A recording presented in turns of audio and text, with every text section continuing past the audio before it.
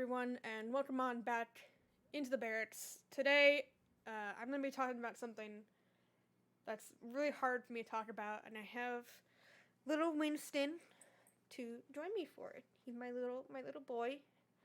A few months ago, back in April, before our St. Jude Play Live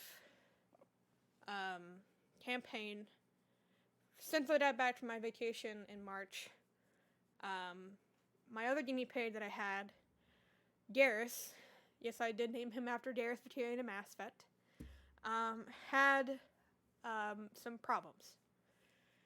Now, it has nothing to do with how he was cared for or anything like that. It was just something that is very common and can happen to guinea pigs.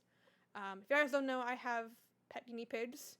I have Winston, who's my little boy. I got him and Garrus as a pair back in October of 2020. Now for a while after Garrus passed, I just had Winston, and now I have both him, who is in his little cage by himself, and I have two girls, Ash and Coco, and I have an Instagram for them. It'll be linked in the description below if you guys want to get piggy pictures. But I want to talk about my experience and how to know if your guinea pig is having health problems. Because guinea pigs can hide their health issues really, really well. They are prey animals. Hey, don't you dare chew on my necklace. That's not good for you. They are prey animals, and they can hide their illnesses very well.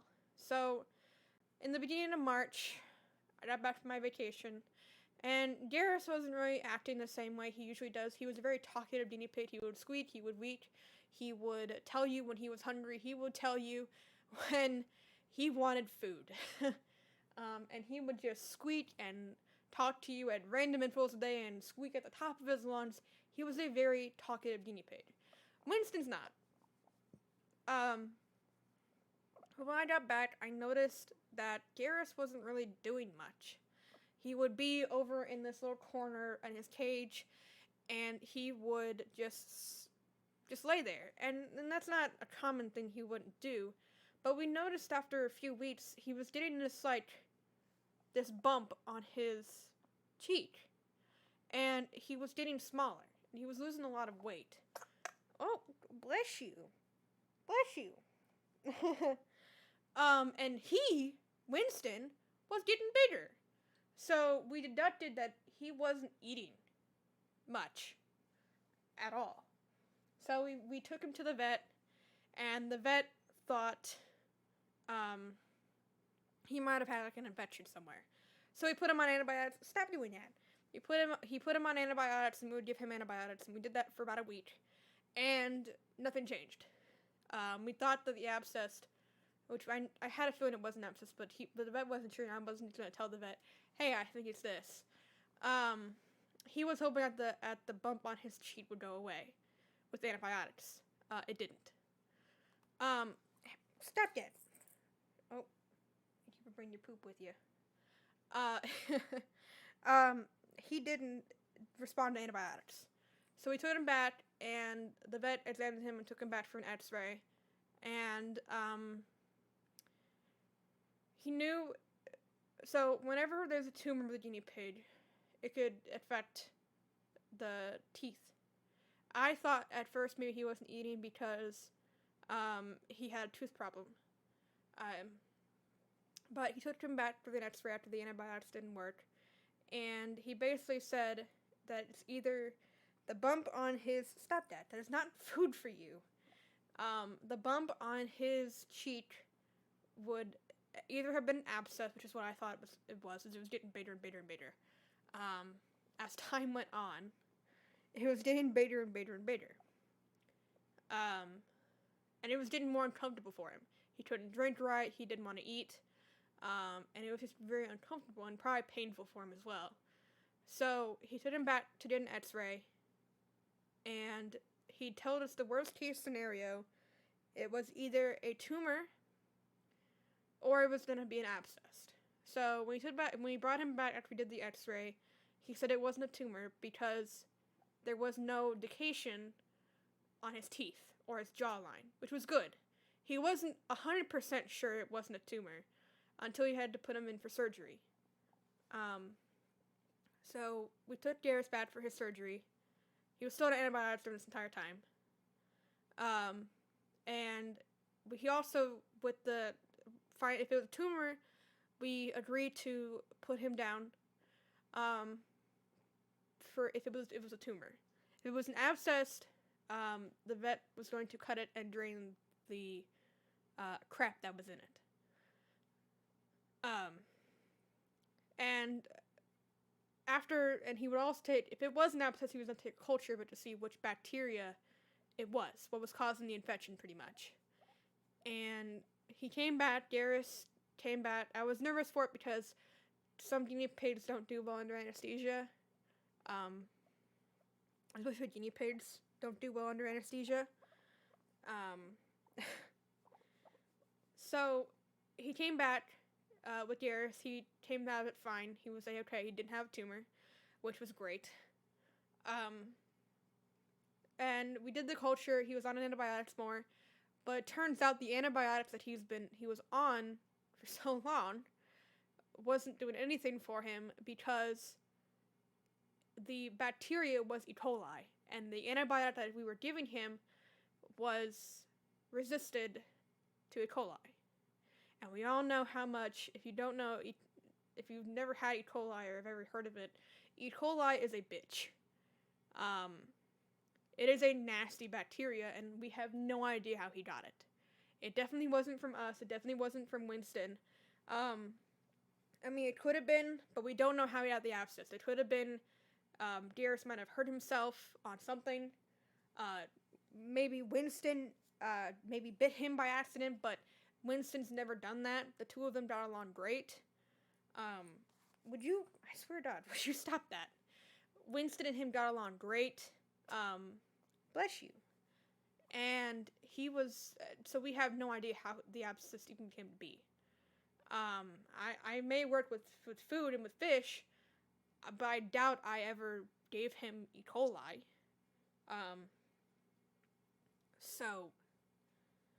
But that's neither here nor there.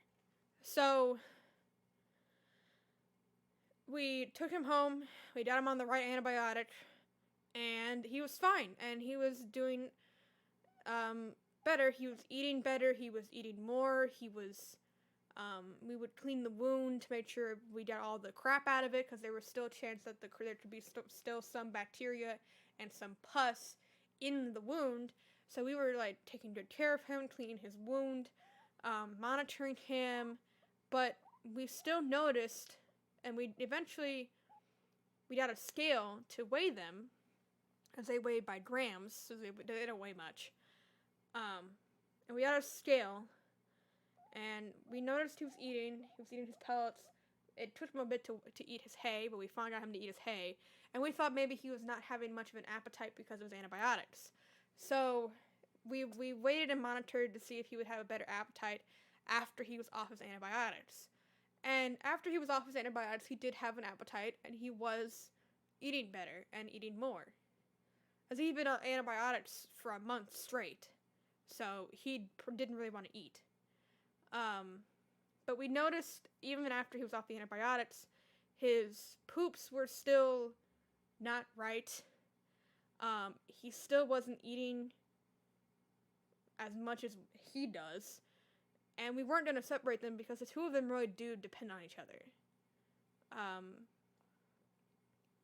But even then, and he did have bumblefoot.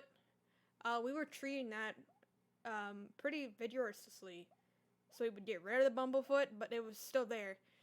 And after a week or so, he wasn't gaining weight. He was still losing a lot of weight. And he would gain maybe 3 grams and then lose 50. And we were just thinking to ourselves, and I have no idea why. He wasn't on the antibiotic anymore. The wound was closed. We made sure there was nothing in there anymore. And we took him back to the vet because our vet told us if he wasn't gaining weight, we were going to have to see what was going on. So we took Garrus back to our vet,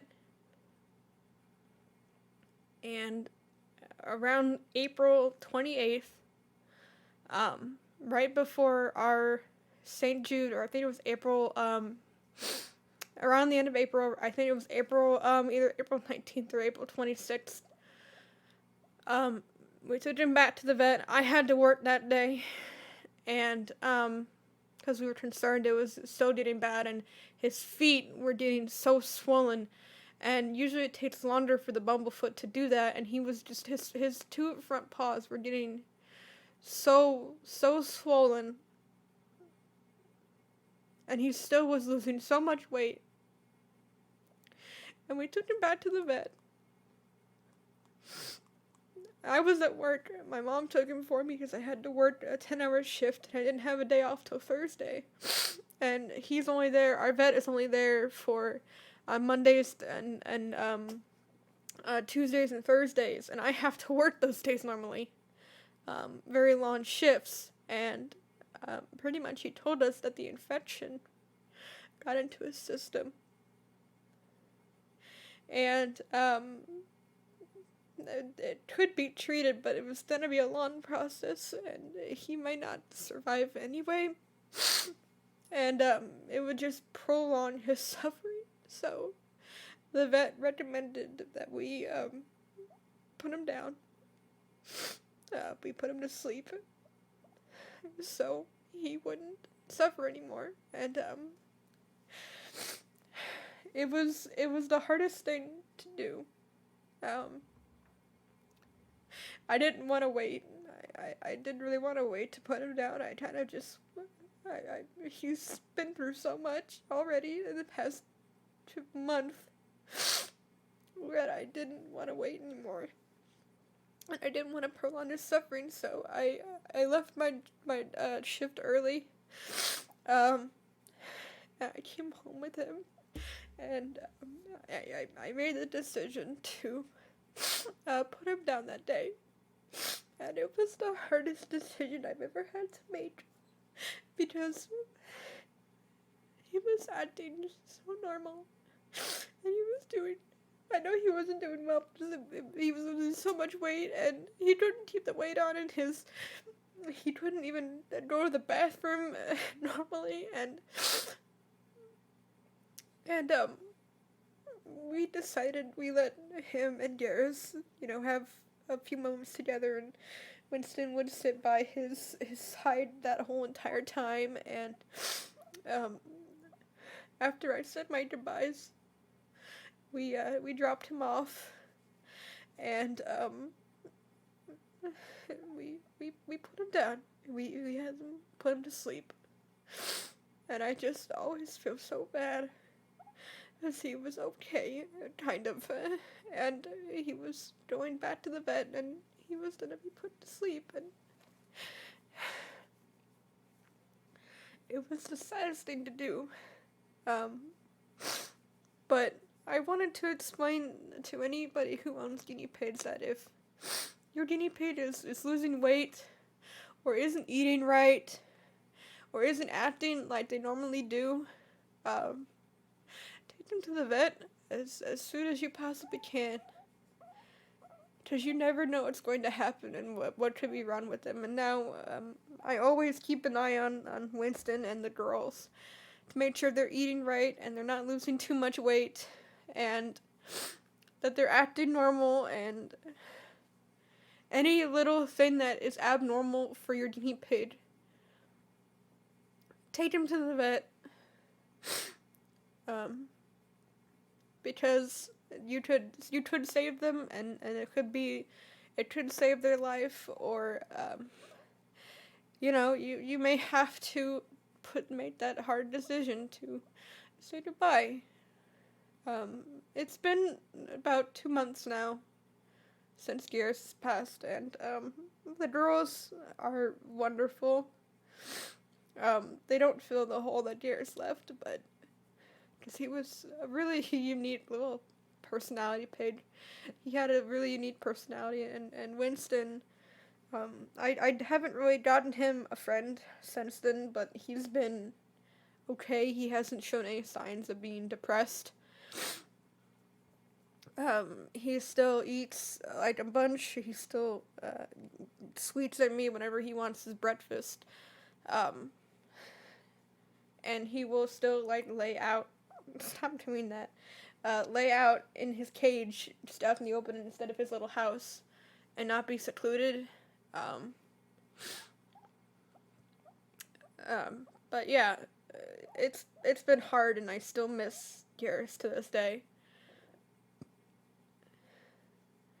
And there are points in the mornings where I'm just like, I really wish he was here squeaking at me and squeaking randomly in the day when I'm home. And Coco has kind of done that. Coco's one of the new girls. She's an all-brown guinea pig, and she will take up his spirit and do that. I feel like her and Coco and Garrus are a lot alike, except she can be a lot quieter than Garrus was. But I just wanted to document my experience with what happened to them, and tell everyone that, you know, keep an eye on your guinea pigs, their weight, their intake of food, their poops even, every little thing that they do. And if you notice some changes in that, take them to the vet. And I will never blame my vet for what happened. Maybe if we caught the abscess sooner, things could have been different, but I don't blame my vet whatsoever. They've done a lot for us, and they sent us a card after he passed, and they made a donation to one of the vet schools here in Florida in his name, and it's the little things that they do that really helped. That really helped us get through it. And just always keep an eye on your little ones. It's never easy to tell with guinea pigs when they're sick. And just give your pet a hug. We raised money for Garrus and for our St. Jude campaign in his name, and we raised about $300 for the kids at St. Jude in Garrus's name, and I miss him. He was my big boy. He was so talkative and had such a personality, and I miss him so much. I really do. But we're here. Winston and I are still here, and we miss him, and he was loved, and it just sucks because we only adopted him in October, and we only had him for about 6-7 months before he passed. Oh, and Winston peed on me. Thank you, Winston. But that is where I will end the video on Winston peeing on me. I think that's the first time he's ever done that. So, hug your pets, keep an eye on your guinea pigs, and yeah. Rest in peace, Garrus. We miss you so much. And thank you, Winston, for peeing on me. I will see you guys again in the Barrets very soon. Goodbye. Hello, everyone. This is sort of a follow-up to the previous clip that I pre-recorded months ago about Garrus. I have another little update, and this time it's about Coco. This is Coco. She's about 1.5, I believe. And just recently, she had an abscess, just like Garrus did. Except this one was not on her cheek. It was underneath her chin. It was on her neck. So, I noticed it. This happened about the end of July. I noticed it about a week after, right when I got done with my vacation. I was home for this vacation, and I noticed her neck started to get a little bit more bigger. I thought because she was just gaining a lot of weight, she's gotten pretty big since I've taken her in. I thought maybe it was just like chin fat, but that was not the case because when I felt it, it was solid. So we called our normal vet up, and we were hoping we'd get in pretty quickly and get her in and get it taken care of. It wasn't huge. But it was getting there. It was growing as more time passed. But our vet office that we'd normally take them to was closed unless it was an emergency because they had a positive COVID test. Someone had COVID in the office, so they sent us to a different vet, and we took her in immediately. Got an appointment in the next day, or the same day, and they took her in, we dropped her off at the vet. They did the surgery right then at the same day. They also did x-rays on her. She apparently is going to have a tooth problem down the line, possibly, that we might need to keep an eye on. But we took her in, and she got surgery the same day. She got drained, and instead of it being our last vet with Garrus, they left like a little hole, and we had to clean it out every day. This time, she got staples in her, on her neck where the incision was, and it was 10 staples, and she got a pain medication and 2 different antibiotics, because we didn't really want to wait for the culture, or for them to do a culture, because it'd just be easier just to get the antibiotics and do it that way. So they gave her 2 different antibiotics, 2 different ones and 2 strong ones. And she was on that for about less than a week, like maybe 5 days. They didn't give her that much. And ever since then, after the surgery and after the medication, she's been, hey, don't nibble me. She's been fantastic. She lost some weight initially because of the anesthesia and the medication she was on. She wasn't eating that much, and it was also just uncomfortable probably for her. But what noticed it, not because of the whole, it was huge on her neck. She was still eating, she was still drinking, she was still gaining weight. But had we waited any longer, it would have gotten worse. Are you trying to tell me you want to go back in the cage? I think she wants to go back in the cage. She was still gaining weight, she was still eating, she was still drinking fine and normal, still acting normal, but had I not noticed it any sooner, it could have gotten worse. So I've learned a lot from Garrus' situation from when he passed and his situation with the abscess. Thankfully, when they did the x-rays, the abscess was not connected to her teeth. It was just on her neck. Because they did do x-rays on her. And ever since then, after she got done with the medication, she hated taking the medication.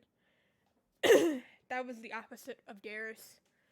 Garrus loved taking that medication. She absolutely despised it. But the moral of the story is just keep a good eye on them, on your guinea pigs, because, again, unless they stop eating and drinking like Garrus did, you will never know. Because she did not show any signs of that abscess was bothering her. I knew it was going to, because it was getting bigger and it looked uncomfortable. Had we waited any longer, it could have been a lot worse for her. Thankfully, the infection didn't spread. It went away quickly. The antibiotics worked. After about a week with her staples in, she was done with her medication completely. Literally an exact week after we had taken her to get surgery, she finished the medication. It was all we were instructed to give her the medication until it was gone. There wasn't much in the little bottles, and then they gave her like 4 or 5 days worth of pain meds. So after the antibiotics were done, she was done. When we sent her back for a follow-up to get with the vet to get the staples taken out, they asked us, is she eating, is she drinking? She was eating and drinking fine. Not as much, but I think that's because of the fact that it was because of the medication, just making her not hungry. But she still ate and she still drank. She was mainly eating her hay during that time. She did not want her pellets. She did not want her vitamin C treat. She didn't want anything. She just wanted her hay, which was a good sign because Garrus was the opposite of that. Garrus didn't want anything to do with hay for months. And he just wanted his pellets, and he didn't even eat that much of those pellets. So, with her, at least with the hay, it was a good sign because hay is what really keeps their digestive system going. So, when she was eating her hay, I was quite happy with that. I was like, I'll take it. I will take it. But yeah, if you're going to get a guinea pig, keep an eye out for Abscess. I don't know how she got this. Same way I don't know how Garrus got it. It could have been from anything. I know her and Ash, her cage mate, do not fight. They'll get into little tuffles, like Ash will get annoyed and will like headbutt her, but she's never bit her. There's never been any blood in the cage on their bedding. It never. So, I don't know how she could have gotten the infection. She might have been scratching herself too hard on her under her chin, and that might have been what done it.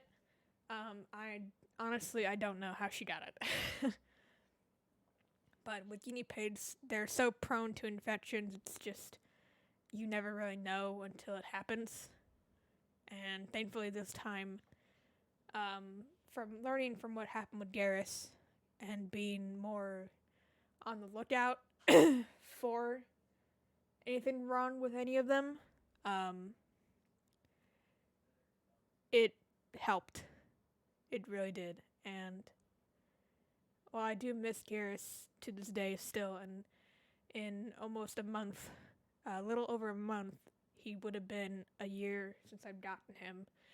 And another year older. I don't know when they were born, him and Winston, but it'd be their anniversary when I adopted them soon, and I'm going to be doing a video with Winston at least, with him for his birthday / adoption anniversary. I still miss Garrus. I always will. And moral of the story, just keep a very close eye on guinea pigs, because you just never know when something could be wrong until it's too late. I think my biggest regret was not taking him to the vet sooner with his abscess. I should have taken him to the vet a lot sooner than I did. I should have taken it as soon as I noticed that something was wrong. And when I noticed that he was starting to lose weight. With Coco, I noticed it right away. We acted on it.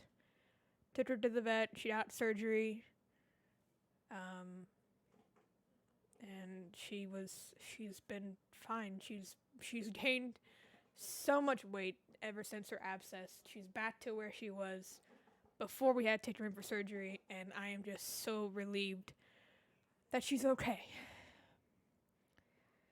I was scared. I genuinely was for a little while. I was so scared, but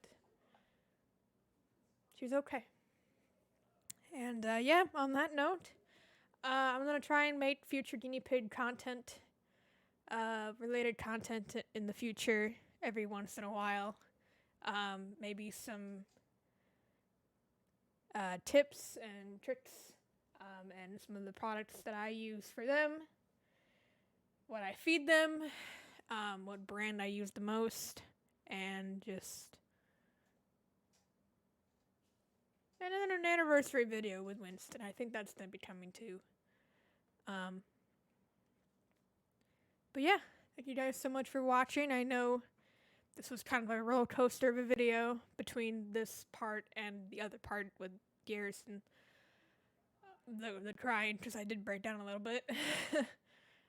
But overall, as of right now, a somewhat happy ending. Of course, it wouldn't be a complete happy ending if Garrus was still here, but unfortunately, that is not what the cards were dealt. Such is life. But until next time, I will see you all in the barracks again very soon.